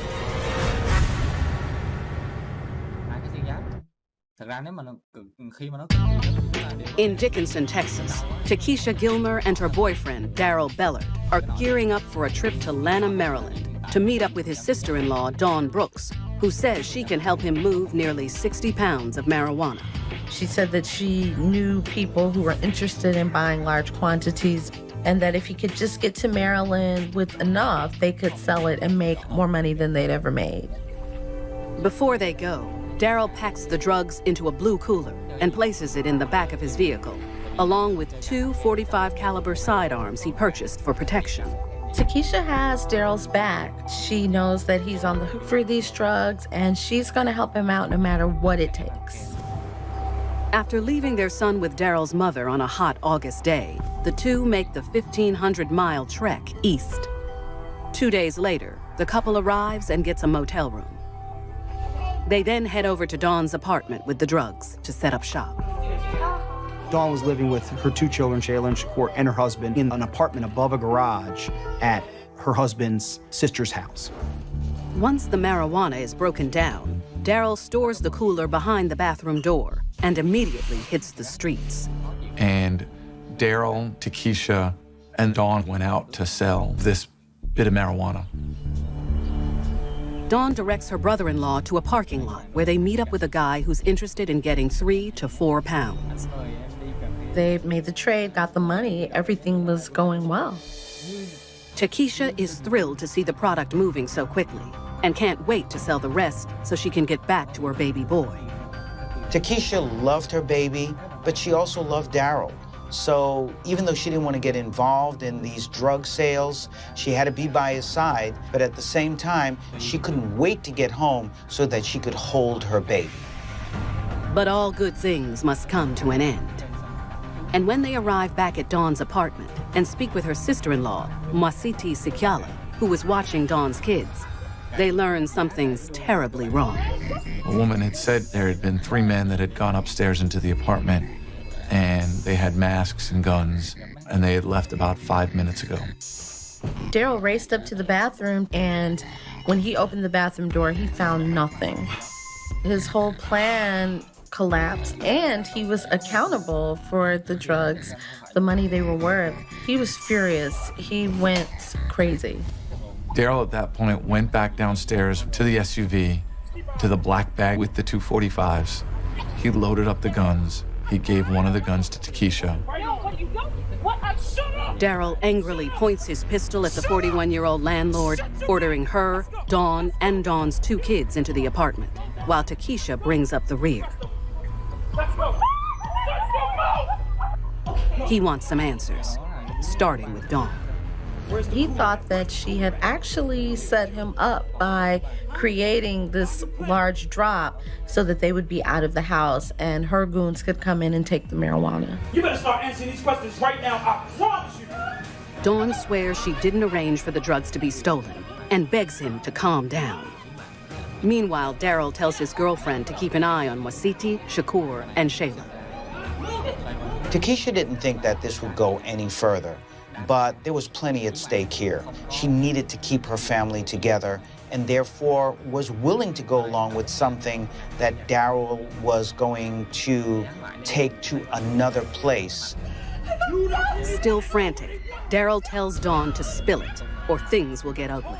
Dawn is not telling Daryl where these drugs are, so then Daryl wants to make sure she understands he's serious and he shoots her in the leg. As the chaos continues, Daryl grows desperate, trying to figure out what to do next. It's gone, man. So he immediately contacts his supplier in Texas to let him know about the missing shipment. I'm trying to figure out now. The supplier tells Daryl, you either find out who has these drugs or make somebody pay. I'm gonna take care of it. After obtaining his orders, Daryl hangs up and immediately gives Dawn one last chance to come clean. He started yelling at her and said, "Tell me where they are. Tell me where the drugs are. Tell me who did it."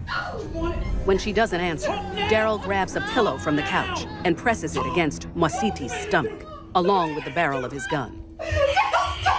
When it became apparent to Daryl that the physical pain on Dawn wasn't going to jimmy the information out of her, he tried emotional harm.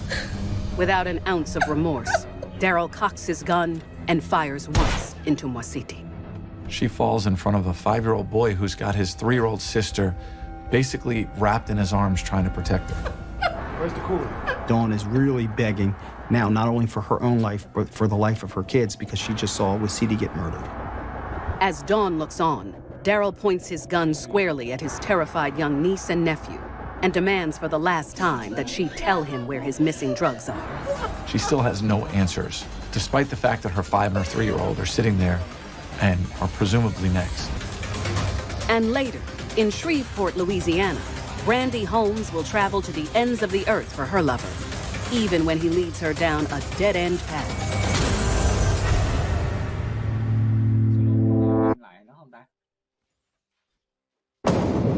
After killing Mwasiti Sichala in Lanham, Maryland, while his terrified girlfriend Takesha Gilmer stands guard, Daryl Bellard threatens to kill his little niece and nephew, Shakur and Shayla, if his sister-in-law, Dawn Brooks, doesn't tell him where his drugs are. Dawn still has no answers. She still doesn't know who it is. Takesha was scared. She was scared for her life. All Takesha could think about was seeing her own child again. Would she be arrested? Would she go to jail? And her child was the most important thing in her life at this point. Through tears, Dawn begs Daryl to spare the little ones' lives. But the crazed gunman has only one thing on his mind, his drugs, and who's going to pay for them.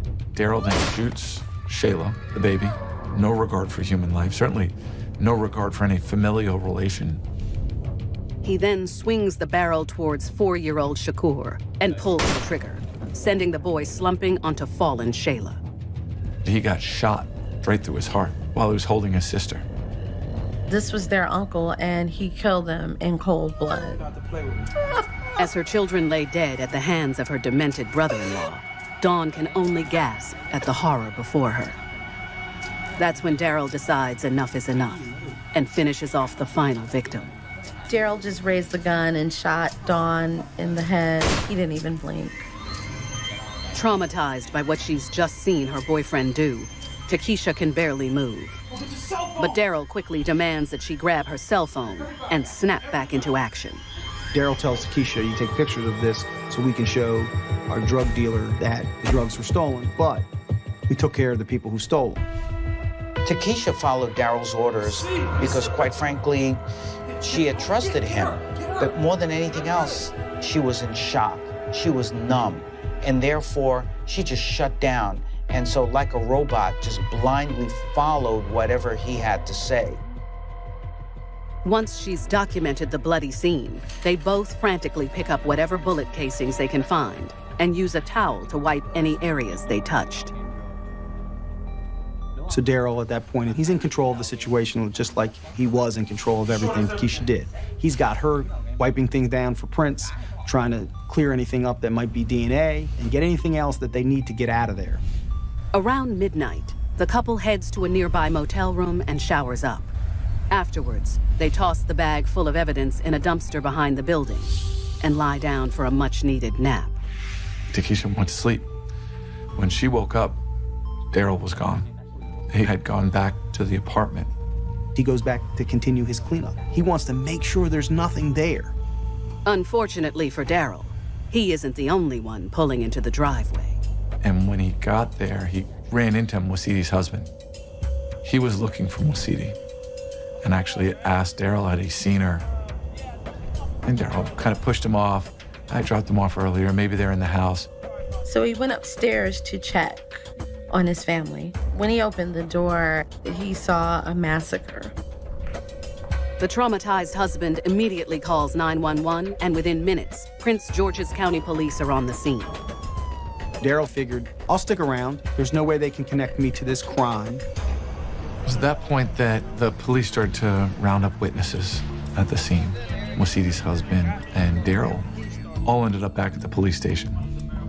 When questioned, Daryl admits he and his girlfriend were in town to sell marijuana with Dawn, and that it had been stolen, but swears he had nothing to do with the bloodbath. Detectives are certain he knows more than he's letting on, so they treat Daryl as a suspect and keep him under lock and key while they head over to pick up Takesha. They found the room that Daryl had been staying in with Takesha. That room had been abandoned. Takesha had already left. Turns out, when Takesha woke up from her nap and couldn't reach Daryl, who was already in custody, she packed up and ran to the only other person she knows in town, Daryl's brother. Daryl's brother says, you ain't coming here. You ain't staying here. Get out of here.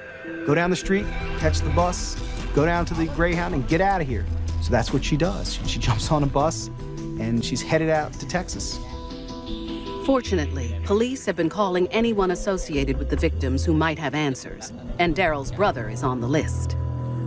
When they speak with him, he immediately tells them where they might find Takesha, and she's nabbed 13 miles away while boarding a bus out of town. The detectives picked her up and said, you're coming to homicide with us. And then she had to have known she was in real trouble. Just 12 hours after the gruesome quadruple murder, Takesha and Daryl are in custody and questioned separately. Under the interrogation lights, they both quickly crumble. They let her tell lies, and eventually, she just fell apart and told the truth. Takesha had been loyal to Daryl to a fault, but after everything that he put her through, after his horrific actions, she just said that was it, the gloves were off, and she was ready to roll against him. For her role in the crime, Takesha agrees to plead guilty to 4 counts of first-degree murder and testify against her boyfriend to avoid the death penalty.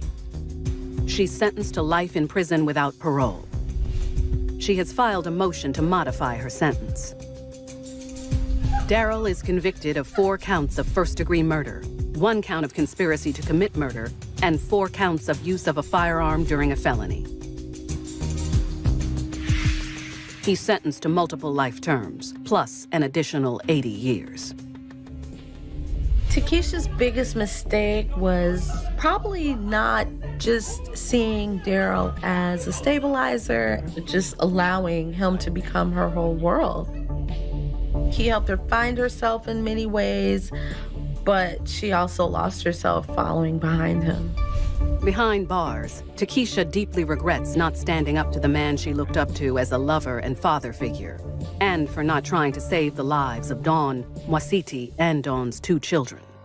Even though Takesha was part of this very horrific scene and in some ways participated in it, I really do believe that she was remorseful. But also, at the end of the day, she was an adult and knew what she was doing was wrong. The moment that Takesha went along with Daryl's execution of these 4 people, she lost the rest of her life with her son. She lost every birthday, every Thanksgiving, every Christmas. She lost any hope she had of making a life for herself. That's what she lost.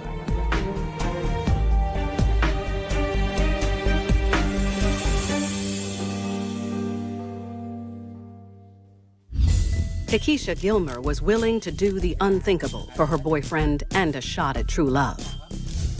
In Louisiana, Brandy Holmes is willing to prove her worth to her criminal lover by showing him that she can be just as bad as he can.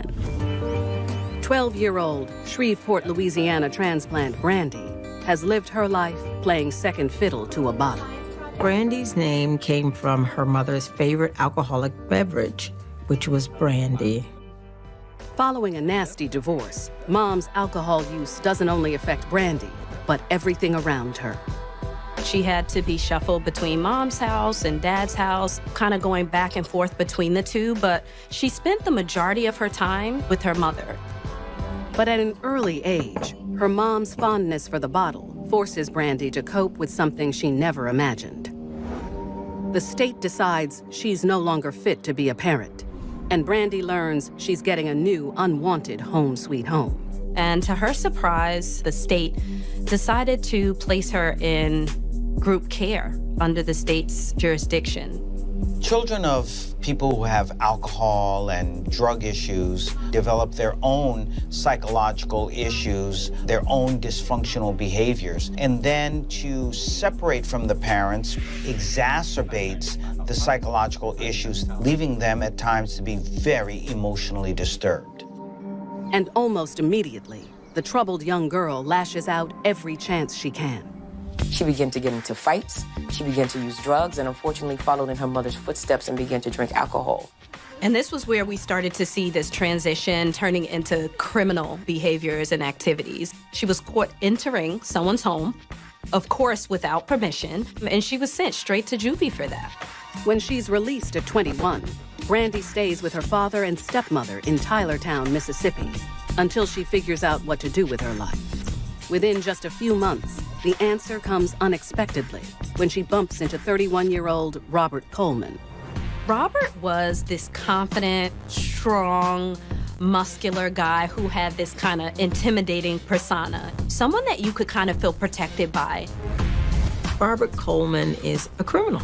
He has a criminal record, primarily for robberies, which are violent crimes. As the two get to know each other, Brandy thinks the self-admitted bad boy might just be the rock she needs in her life, even if the feelings aren't mutual. He saw her as an opportunity just to have fun, where she looked at him as almost a savior or someone who's going to make things better for her. Brandy was very emotional, and she needed a father figure in her life. So even though Robert was 10 years her senior, this was someone who just was the piece of the puzzle that fit right into place. As time passes, the two become inseparable. But when Brandy realizes that her new man requires proof of her devotion, they come up with a game for her to commit the most unspeakable acts, all in the name of love. All she really needed was a positive influence to help her turn her life around. But instead, she got the opposite. She probably would have followed him into the pits of hell if need be.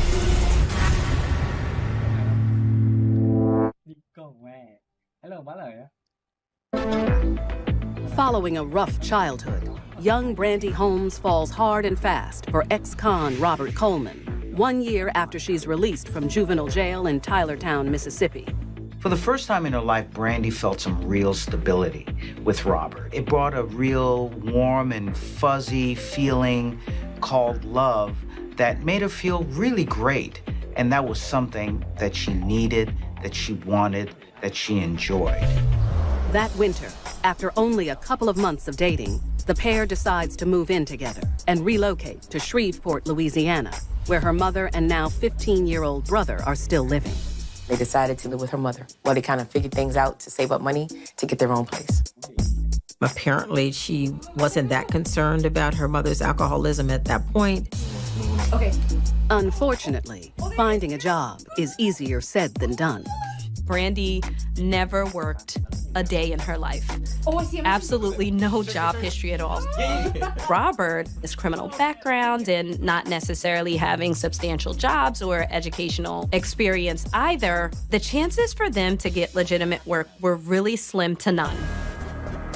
With no hopes for the future, Robert decides it's time to resort to what he does best, criminal activity. And he comes up with this brilliant idea to get a gun. That's going to be the number one thing that they need in order to start getting some sort of an income. Robert suggested that they would stick up homes, nice residential homes. It's the provincial easy money scheme. My dad has one. Brandy remembered that her father had a .38 caliber gun in his nightstand in his home. So they developed a plan to kind of go down there and see them. That December, the Lovebirds spend a night with Dad and his wife in Tylerville, steal the gun, and return without them being the wiser. For Brandy to take her father's gun, even though it was going to be used for some sort of a criminal enterprise, she saw it as a victimless crime, and therefore to do this was just really no big deal for her whatsoever. With gun in hand, Robert's plan starts to take shape. However, they're no longer talking simple robbery. He wants to make sure his girl is up for anything, no matter how sinister. Brandy basically was told by Robert they're going to play the knockout game and to prove her loyalty and love to him. They were going to rob someone, burglarize their home, knock them out, and kill them. And he told her that this would be a way for her to kind of prove her loyalty and her steadfastness in the sense of taking an individual's life without even thinking about it. Surprisingly, Brandy doesn't shy away from the idea one bit. She's excited for the chance to solidify their bond once and for all. Brandy met someone who brought out the worst in her. Robert was making crime seem like it was a lot of fun, and therefore was slowly but surely corrupting her mind. The following afternoon, on New Year's Day, Brandy and Robert begin casing middle-class houses. And it doesn't take long to spot the home of 70-year-old retired minister Julian Brandon and his 68-year-old wife Alice in Blanchard, about 10 miles outside of Shreveport. Julian and Alice Brandon were a nice elderly couple. They were just good, fun-loving people, everybody's friend, everybody's family member, always willing to lend a hand and help those in the community. It's just after 7 o'clock as the Brandons begin to settle in for the night. Just then, there's an unexpected knock on the door. When Reverend Brandon went to open the door, Robert and Brandy were outside the door. Hello? Immediately, within a split of a second, Robert takes the gun, he puts it underneath the Reverend's chin, and he shot him. Instantly, the holy man crumples to the floor as his terrified wife looks on in horror. And they grab her and kind of drag her into the back room, and they demand for all of her valuables, credit cards, money, jewelry, any and everything, and she gives it away without even thinking about it. She's afraid. She knows that this vicious couple probably mean to do her harm. And so she is hoping that begging Brandy to help her, she would survive this vicious attack. But before Brandy has a chance to make a moral decision, Robert hands her the gun and says, "Do it." And there was no stopping her. Robert was just an evil man, and he wanted his woman to be as equally violent.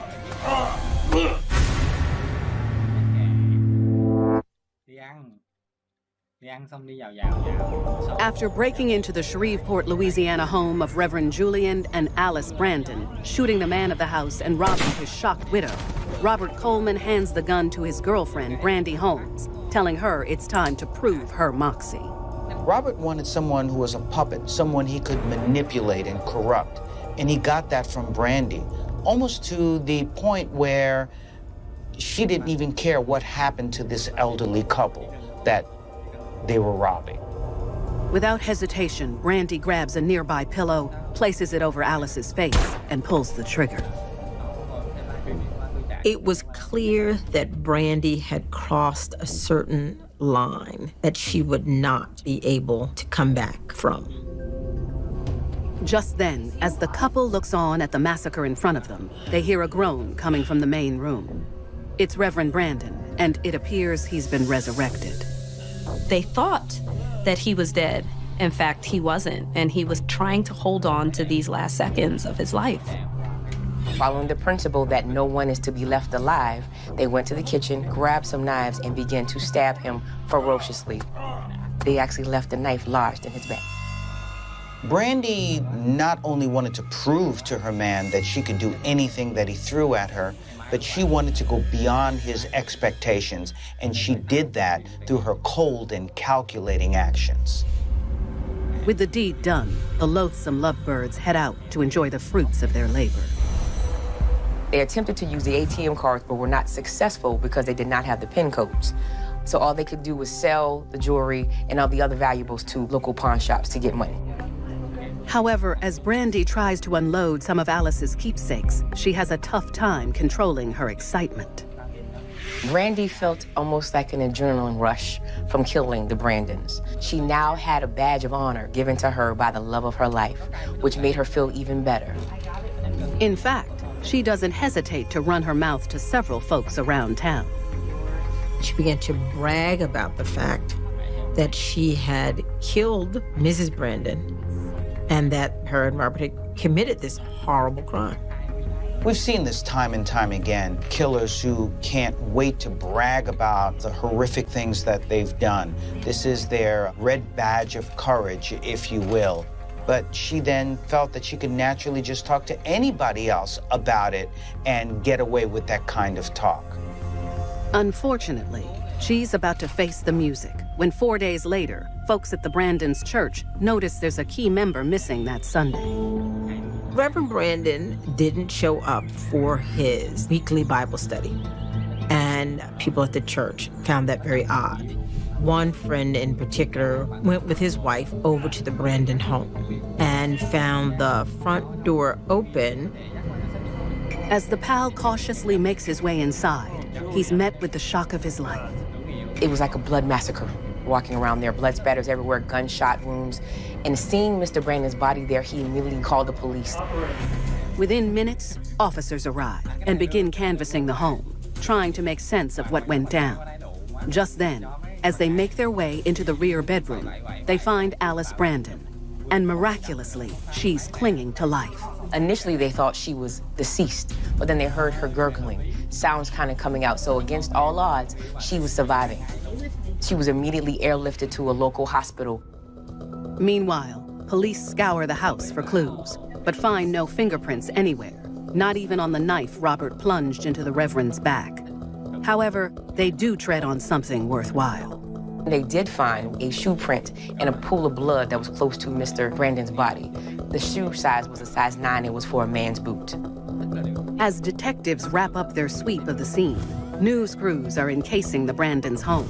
And it doesn't take long for word of the brutal attack to spread through northern Louisiana, especially when police ask for help. Immediately, it was aired on all these local channels and all the TV, and individuals were made aware of this brutal incident that happened in their community, which was really rare. And certainly it made the community uneasy to understand that someone would commit such a horrendous act. Before long, leads start pouring into the Caddo Parish Sheriff's Office. And one tip stands out among the rest, revealing the most twisted and perverse love story the Bayou State has ever heard. They worked so hard not to have anything left on the scene, but that became their undoing.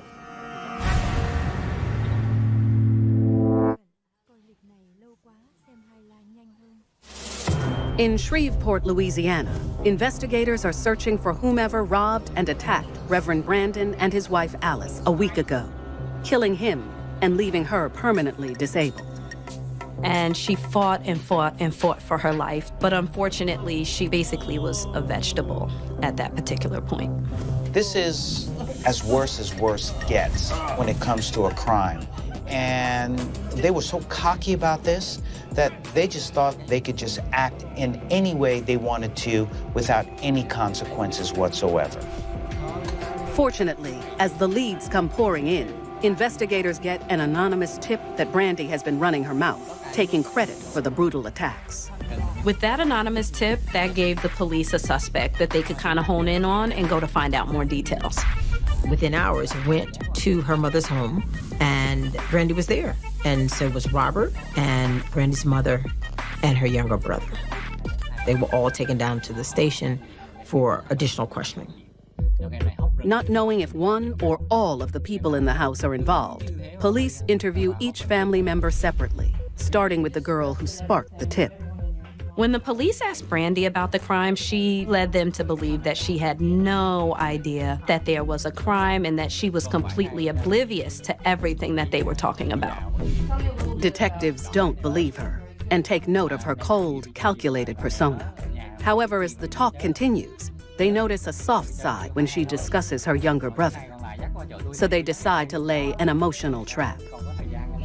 He said, if we let your mother and your brother go home, will you give us a truthful statement? And Brandy agreed. He was with me. At that particular point, she fell for the bait that they put out, and she started to tell a little bit of the truth, but not everything. It was all my idea. This was the only mushy spot in what seemed to be a very resilient exterior. Once the cops picked up on it, they used it to their advantage. After police determine mom and brother are completely innocent of any wrongdoing, they keep their promise and release them. That's when Brandy admits that she stole her father's handgun while visiting him in Mississippi and claims that she was the shooter of both victims. It was me. She even goes so far as to say she did all the stabbing herself, and Robert wasn't even there. It was all me. I did all of it. I think that Brandy lost her humanity after participating in this horrific crime. The only thing she ever wanted was to do what Robert told her. Even till the bitter end, she was still trying to protect him, even though she lost all semblance of self. Although they don't believe her story, they decide to take it at face value until they hear what her boy toy has to say. And his disloyalty quickly comes shining through.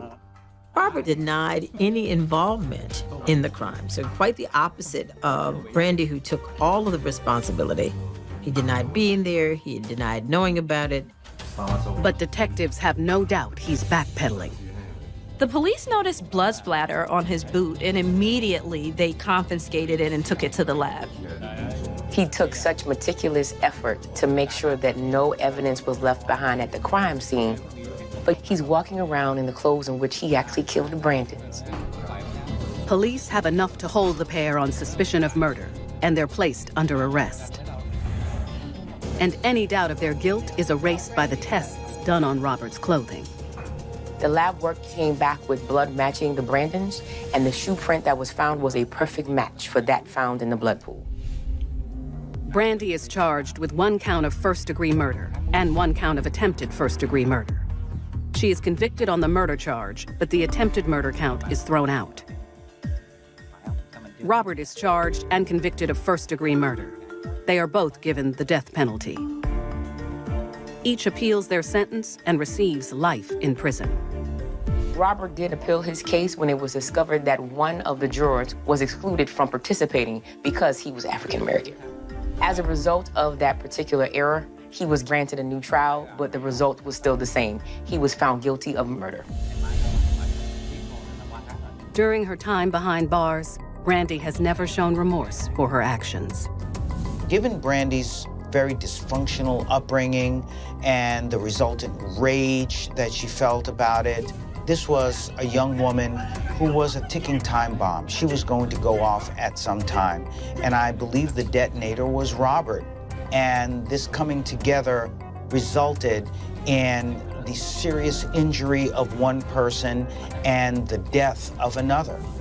Brandy became a monster for her man. He had tested her toughness, and she'd come through with flying colors, that she was willing to do whatever it takes to be a vicious criminal. Brandy was a killing machine. It was like she was a weapon. I mean, literally, figuratively, in every sense of the word, she would do absolutely anything for her man. And in this particular case, it was clear she would have done anything.